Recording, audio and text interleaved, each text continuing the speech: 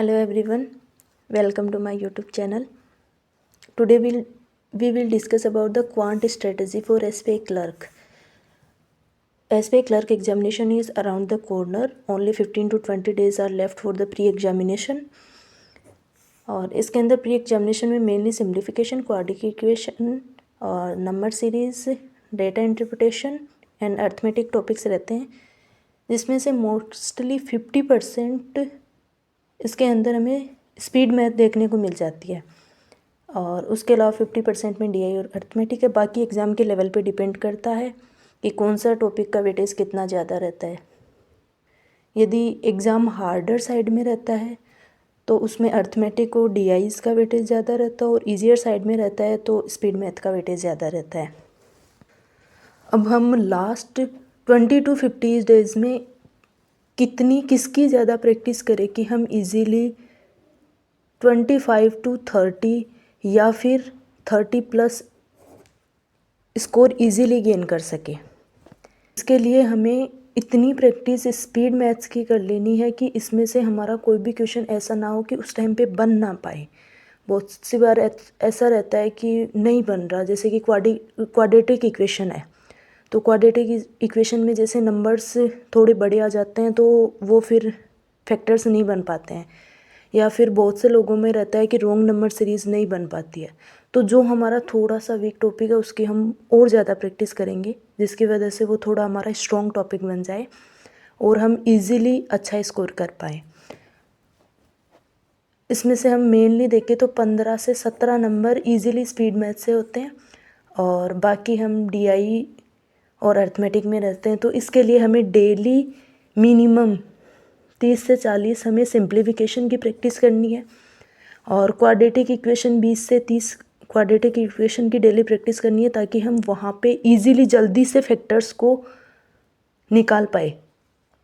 और missing number series तो easily बन जाती है, बट फिर भी हमें कुछ और अच्छी प्रैक्टिस कर लेनी है। जैसे 10 से 20 क्वेश्चंस डेली कर ले तो उसमें है कि हमें जल्दी से पैटर्न आइडेंटिफाई कर पाए।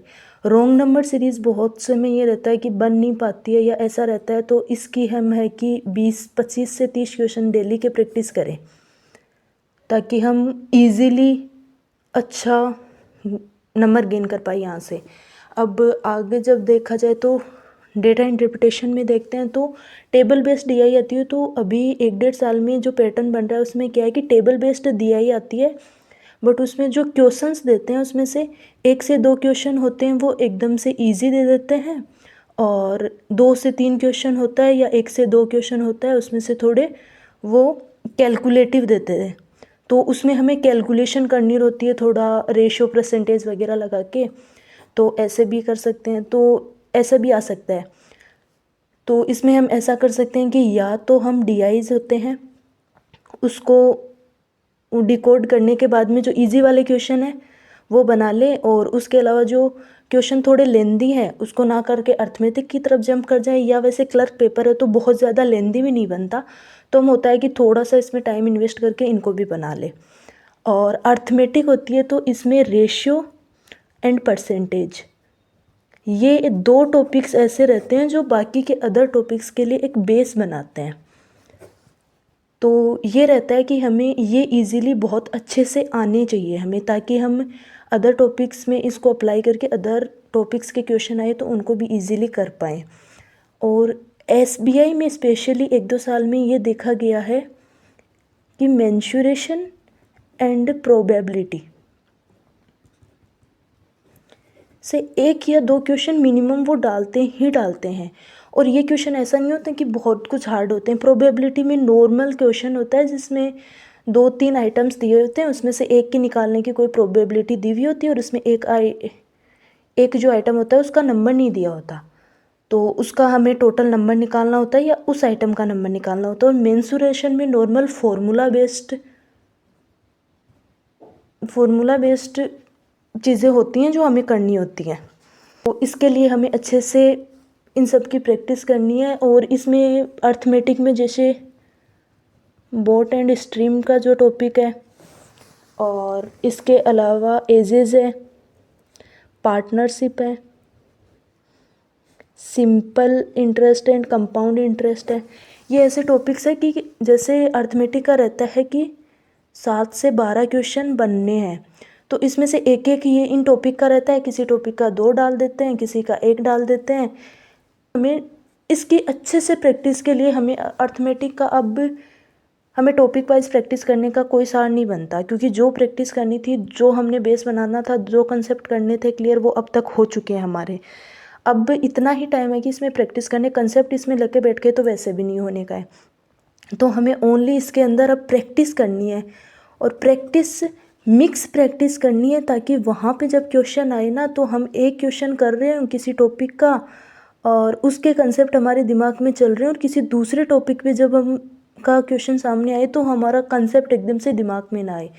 ज़्यादा से ज़्यादा हमें मिक्स क्वेश्चन की प्रैक्टिस करनी है, जिससे कि हमारी अच्छी कमांड मिक्स क्वेश्चन में बन जाए, तो हम जब वहाँ पे कंसेप्ट स्विच हो ना, तो उसमें कोई दिक्कत नहीं हो। तो अर्थमेटिक के मिनिमम 20 से 30 क्वेश्चन डेली प्रैक्टिस करने ही हैं। और डीआई में देखें तो 1 से 2 से 3 केस लीड डीआई के सेट हम डेली के, और टेबल बेस्ड 5 से 7 सेट टेबल डीआई के, ये डेली करने हैं, ताकि हमारी अच्छी स्पीड बन पाए और एक्यूरेसी भी अच्छी बन पाए। अब बहुत से लोगों का ये डाउट होगा कि प्रैक्टिस इतनी करे कहाँ, इतना मटेरियल ही अवेलेबल नहीं रहता है। तो उसके लिए मटेरियल के लिए मेनली हम देखें ना, तो क्विज़ होती है और सेक्शनल मॉक होते हैं, और इसके अलावा हम पीडीएफ्स रहती हैं, और इसके अलावा क्लासेस रहती हैं। तो ये 4 चीज़ें रहती हैं हमारे पास। क्विज होती है, ये टाइम बेस्ड होते हैं, ये दोनों टाइम बेस्ड होते हैं। और पीडीएफ्स को हमें टाइमर के साथ ही सॉल्व करना है, क्योंकि अब ये टाइम है कि इसमें हम बिना टाइमर के सॉल्व करेंगे ना, तो हमारी स्पीड अच्छे से गेन नहीं हो पाएगी। तो स्पीड गेन करने के लिए हमें टाइमर के साथ सॉल्व करना होगा। और क्विजेज़ वगैरह बहुत से प्लेटफॉर्म पे फ्री रहती है, बहुत से पे पेड रहती है। सेक्शनल मॉक बहुत रहे, क्लासेस में रहता है कि मेन क्लासेस का ये इशू रहता है कि टीचर है वो आराम से पढ़ा रहे हैं, टाइमर के बेस पे नहीं पढ़ा रहे, या फिर वो मतलब कंसेप्ट वगैरह अच्छे से क्लियर करते हुए पढ़ा रहे हैं। हाँ, एक ये हो सकता है कि टाइमर के साथ क्वेश्चन सॉल्व करने के 2 बच्चों को, और उसके बाद में कंसेप्ट नहीं आ रहा है तो कंसेप्ट। तो इसमें हमें ये करना है कि ऐसी क्लासेस लेकर ज़्यादा नहीं बैठना है जिसमें कंसेप्ट पे ज़्यादा ध्यान दे के टाइमर को कम ध्यान दिया जा रहा है, क्योंकि जब हम कंसेप्ट पे ज़्यादा ध्यान दे लेंगे ना इस टाइम पे, तो हमारी स्पीड भी नहीं बन पाएगी। तो हमें टाइमर भी के साथ भी प्रैक्टिस करनी है, और हमारे कंसेप्ट भी हो सकता है कि 1-2 कंसेप्ट हो, जैसे कि कुछ किसी टॉपिक में 1-2 कंसेप्ट मिस हो रहे हो, तो उसके लिए हो सकता है कि देख लें, या कभी हो सकता है कि 1-2 आवर की कंसेप्ट के लिए क्लासेस देख लें और बाकी टाइमर के साथ प्रैक्टिस कर ले, ऐसा हो सकता है। लेकिन ऐसा नहीं कि आप बिल्कुल भी मतलब कंसेप्ट वाली क्लासेस पे ही रिलाई कर जाओ, टाइमर वाले को छोड़ ही दो। तो इससे क्या, फिर अर्थमेटिक में ऐसे भी बहुत से लोगों को इशू रहता है कि उनकी ना स्पीड नहीं बन पा रही, बाकी तो फिर भी बन रहा है लेकिन अर्थमेटिक नहीं बन रहा।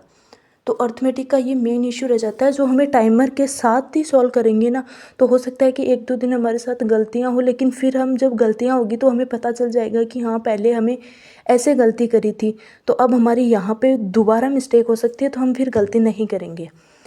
तो दूसरा ये हो गया। फिर टाइमर के साथ जो हम क्लासेस देखें ना, तो मैं सजेस्ट करना चाहूँगी हर्षल अग्रवाल सर हैं, वो टाइमर के साथ अभी क्लासेस ले रहे हैं प्री की, तो उनकी ट्राई कर सकते हो, अच्छे से कराते हैं टाइमर के साथ। हो सकता है कि बहुत से लोगों को उनके साथ इश्यू आए कि वो तो बहुत ज़्यादा फास्ट करा रहे हैं, हम तो इतने में बना ही नहीं पा रहे। तो हो सकता है कि आप 5-7 सेकंड एक्स्ट्रा ले लो, वो सोल्व कराने लगे तब आप सोल्व कर रहे हो, और वो सोल्व कर रहे हैं तब आप सोल्व रहे हो सकता है किसी क्वेश्चन में आपको ज़्यादा लग रहा हो, किसी में उनसे कम लग रहा हो, किसी उनके साथ हो रहा है। तो उनके साथ अब 2-4-5 क्लासेस करोगे ना, तो अच्छे से आप हो जाएगा, ऐसा नहीं है कि होगा नहीं। और ज़्यादा से ज़्यादा सेक्शनल मॉक दो और क्विजेज़ दो, इससे ही सबसे ज़्यादा स्पीड बनेगी, और कोई शॉर्टकट है ही नहीं। मेन है प्रैक्टिस प्रैक्टिस प्रैक्टिस। और अब मेन है कि कुछ चीज़ें हैं जिनकी बहुत ज़्यादा, जिन पे हमें ध्यान देना है, जैसे कि हमारा एक तो जो वीक पॉइंट रहता है वो रोंग नंबर सीरीज़ रहता है, और दूसरा रहता है केसलेट। तो इनकी भी हमें इतनी अच्छे से, जैसे कि क्लर्क पेपर है, तो इतनी ज़्यादा नहीं है कि बहुत ज़्यादा भी टफ़ कर दिया जाएगा, थोड़ा बहुत टफ़ तो रहेगा बट बहुत ज़्यादा नहीं करेंगे।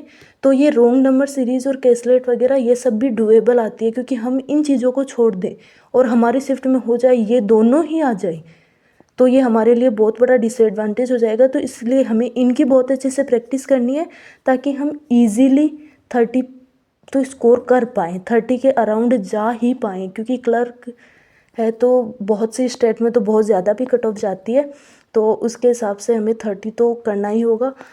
और ये आप 15 से 20 दिन तक डेली प्रैक्टिस करो। आपकी स्पीड में मैं गारंटेड बोल सकती हूँ कि इम्प्रूवमेंट होगा ही होगा, 100% इम्प्रूवमेंट होगा। That's about today's video. Bye bye, take care and stay tune for other videos. Thank you.